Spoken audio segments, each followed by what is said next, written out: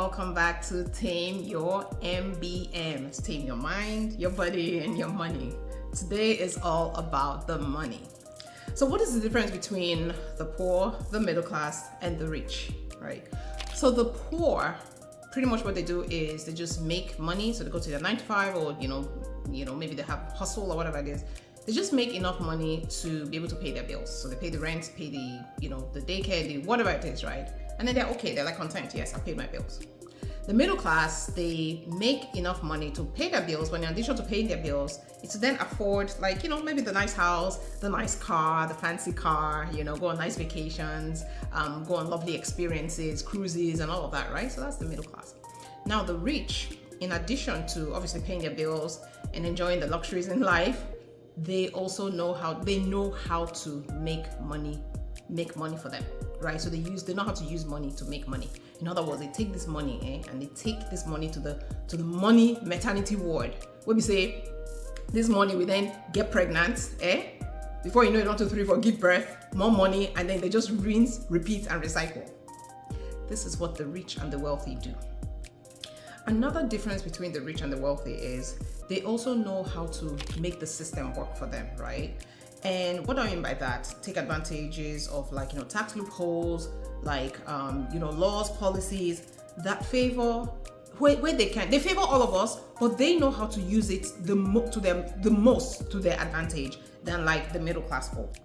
And if you notice, right, so the rich and the middle class, they enjoy the luxuries in life and all of that, except that for the rich, it is business expense, and for the middle class, it is coming out from your discretionary income.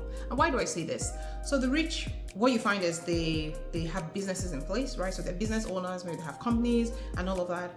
And as part of being a business owner, doing business development, do you understand? You incur all these things. So for example, if you're flying a private jet because you need to get from New York to London, for a business meeting, guess who's picking up that tab? It's your company that's picking it up. It's not you coming from your discretionary income, your savings account. Do you understand?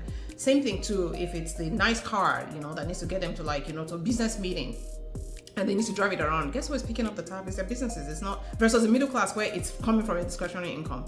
So a businessman who, if I take two people, one's a rich, wealthy, businessman, one's like a middle class, and they both drive this nice, expensive, Range Rover, right?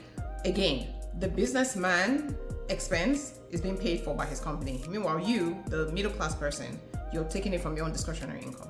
Right? So there's some people who just like to hoard money. They just like to maybe open up their savings account and they say that yes, the money's sitting there. Yeah, next year they come, yes, the money, yes, there's money in my savings account.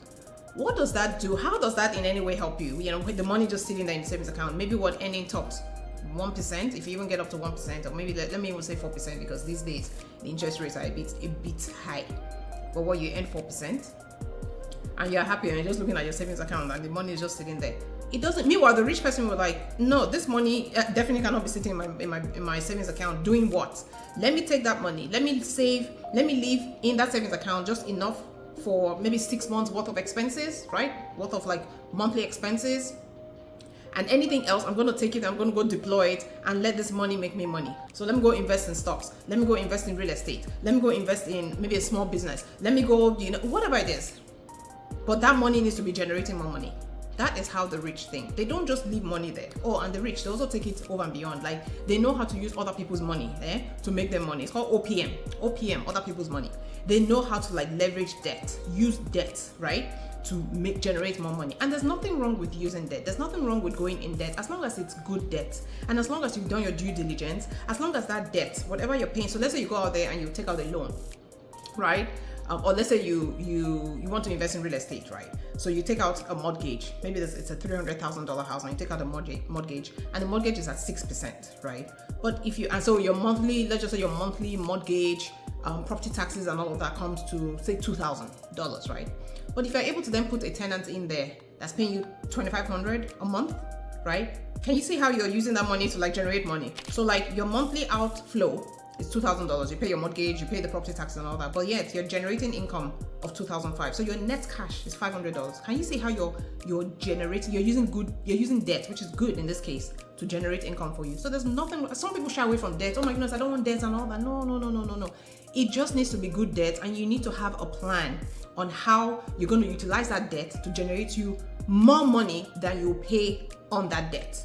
It's as simple as that. It's just very simple. Okay?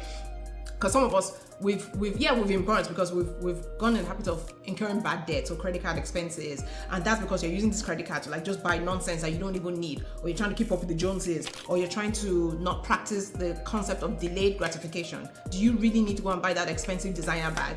What is it going to do to you? Like, what is it going to do for you? Meanwhile, you just spent 3K buying this designer handbag. What exactly? Meanwhile, maybe you could have used this 3K to do other things, save to what? I don't know. But you get the concept, right? So there's bad debt and there's good debt. I'm talking about good debt here. People, there's a saying I just came across yesterday actually. People who are afraid of spending money will always suffer the curse of a lack of money. Fear brings poverty. Always have an abundance mindset, okay? So in other words, this savings account I was talking about, where you're just watching your money, you know, maybe there's 100K in there. Yes, you're just watching. Yes, 100K is there. Why? It's not doing anything for you. It does you no good for this 100K to just be sitting there. Instead, if your monthly expenses are 6K, take 6 times 6 months worth, so 36K. You see the remaining 64K, you need to go and deploy it and let it be making you money. That's enough to put a down payment on a house, right? And put a tenant in it and let it be generating money, and then you will see, right? So not only are you earning rental income, that investment property that you have is also building equity. And so in 5-10 years from now, maybe that house value would have doubled. The 300K house value would have doubled. Now it's 600K. Have you seen how your 64K that you put as down payment has now you have equity in the house, and it is now you now have 300K on top? That's equity.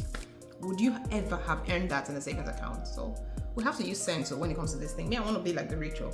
I want to emulate them. I am learning a lot, and I'm going to be bringing a lot of nuggets to this show, right, to help us tame our money like the rich does, like the rich do. Okay, we can do this. Who's with me? Come with me on this journey. You better come on. I'm not begging anyone, Sha, but me, I am on this journey, Sha. You know, and yeah. So come with me, though. Come with me. Okay, I'll be doing this. I've been researching a lot, and I am loving the results that I'm seeing. I'm loving it. It just, if anything, just pains me that why didn't I do this when I was like in my 20s, or start to do otherwise? It's okay. It's never too late. It is never too late. Okay, but we gotta change. We gotta change the mindset to have an abundance mindset.